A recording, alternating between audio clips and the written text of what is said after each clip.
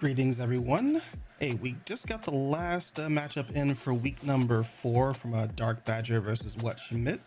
So just to be fair to all the players in the group, I'm gonna go ahead and cover this matchup as well. And I think overall it's relatively evenish. I'd say it'd probably give a slight advantage to Whatshamidt.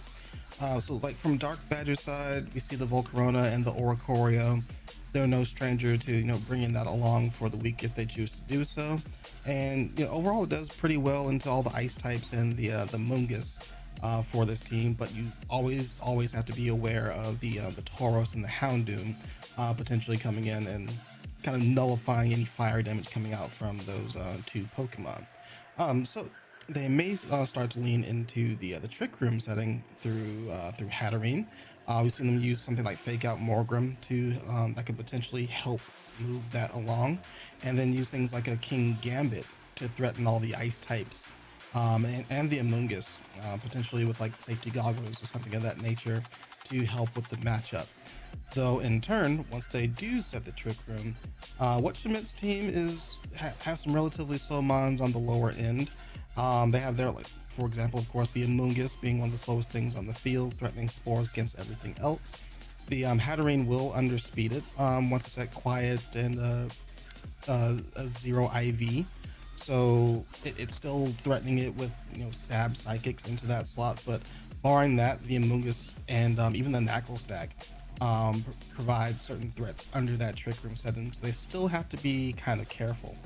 Looking at the other side of things, Whatchamidt, one of the things I keep coming back to is how effective will Snow be in the actual matchup. So as far as getting the defense boost onto the Abomasnow, the Titan, and the Glaceon, it's gonna be relatively good because they can use the King Gambit to try and counter the ice types, and getting that defense boost will help resist it a little bit, especially when you factor in certain Terra types. There's also the use of Lycanroc that could come in. While it's not going to be a great defensive switch into any ice moves coming in, the threat of Stone Edge is always there to try and help even the playing field as far as like damage goes.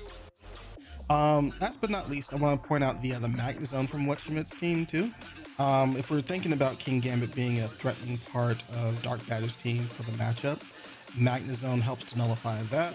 Has pretty good defense stat, of course resists the Iron Head, and if you want to just get rid of the King Gambit easily, you can use something like Magnet Pull. But yeah, all that being said, I don't think it's going to be too overly complicated. We're going to probably see some of the same players that we've seen all along, like the Abomasnow, Flamigo, Amoonguss, and then on Darkbadger's side, I'm highly expecting the King Gambit to come along. Even the Crabominable could actually take advantage of the snow itself and get that defense boost, turn it against the Titan. So maybe that'll come into play.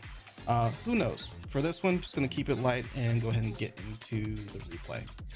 Okay, here we are in game number 1. So on Darkbadger's side, King Gambit, Hatterene, Volcarona, Crabominable, Morgrim, and Mudsdale versus Whatchamitt's Tauros, Houndoom, Magnezone, Abomasnow, Titan, and Amoonguss. So just like we thought, there was a potential of a Trick Room coming along with the use of Morgrim, very likely going to provide a fake out to help set that up, and even the Crabominable looking to take advantage of that snow, get the defense boost, and also resist some of the ice attacks that may come out from Abomasnow and Titan.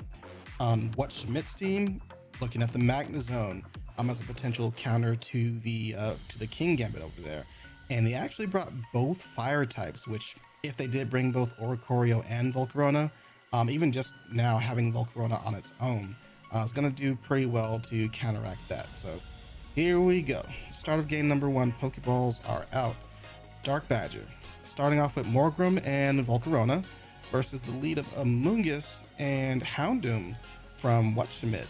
Alright, Fake Out immediately going to go into the Houndoom, stop it from moving from the turn, and the Flamethrower doing a ton of damage to Amoonguss, not enough to take it out. Very specially bulky here. Gets off a Spore into the Morgrim, so it's not going to be able to do any utility moves this turn.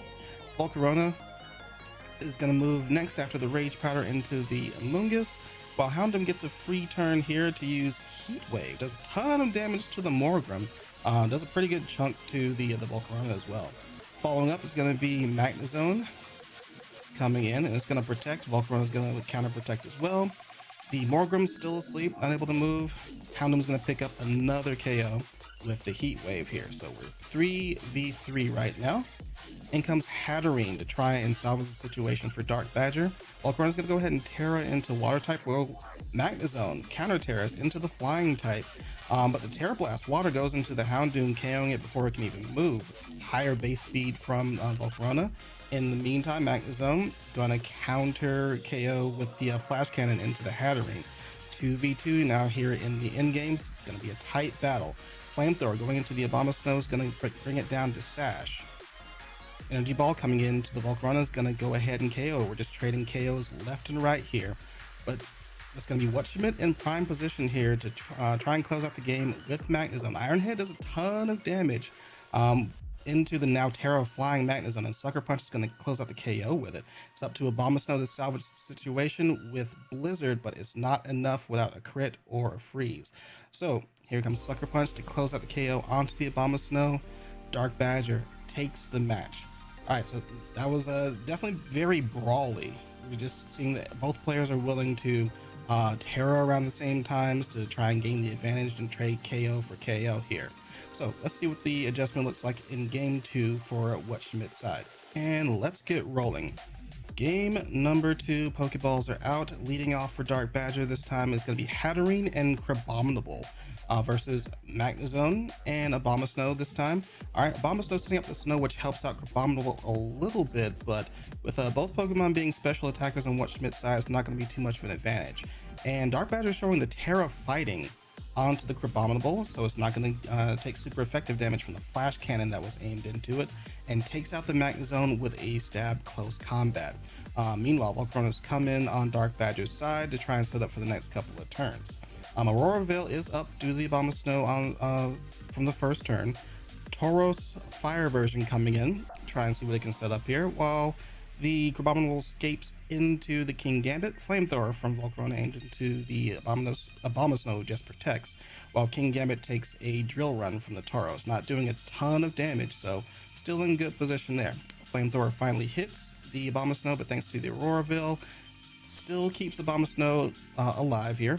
But the close combat is going to KO the King Gambit after Tauros launches it out. Blizzard from Abomasnow not doing too much to Volcarona here.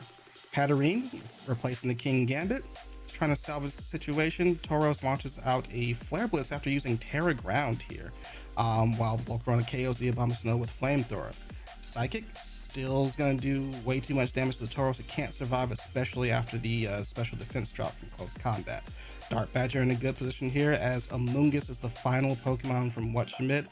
Can't quite take the onslaught of the Flamethrower double up here from the following turns.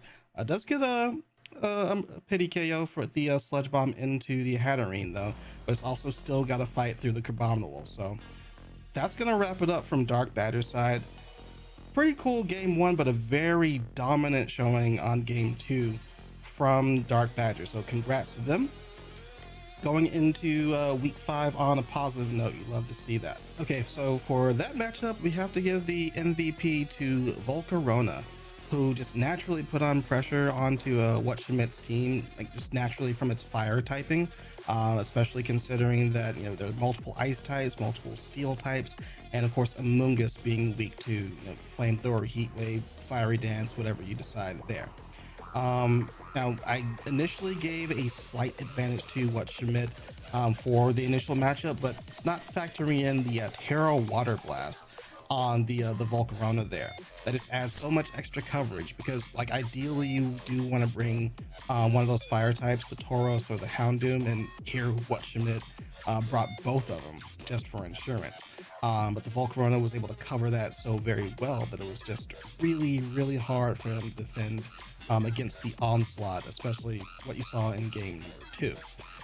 It's also a little bit unfortunate for Whatshamitt because Volcarona is tied with their fastest Pokemon, the Tauros. So if at the very least there was like a faster, stronger Pokemon that they were able to overwhelm the Volcarona with, even if they had to like sacrifice it off, they might have been able to find a better position. But yeah, that's just the way the drafts panned out. Now, I haven't seen like the other team sheets. I don't know what items were in place, but if there was an assault vest somewhere, that might have helped soften the blow a little bit against the Volcarona to potentially scratch back a position. Even if again you're sacking off a Pokemon in order to do so, but the Volcarona was just running wild with very little to check it. Now the Dragalge on Whatchamit's side may have helped to mitigate the damage a little bit. It worked pretty well against Volcarona, naturally resisting the fire and the bug stab and even the Terra Water Blast that would come out.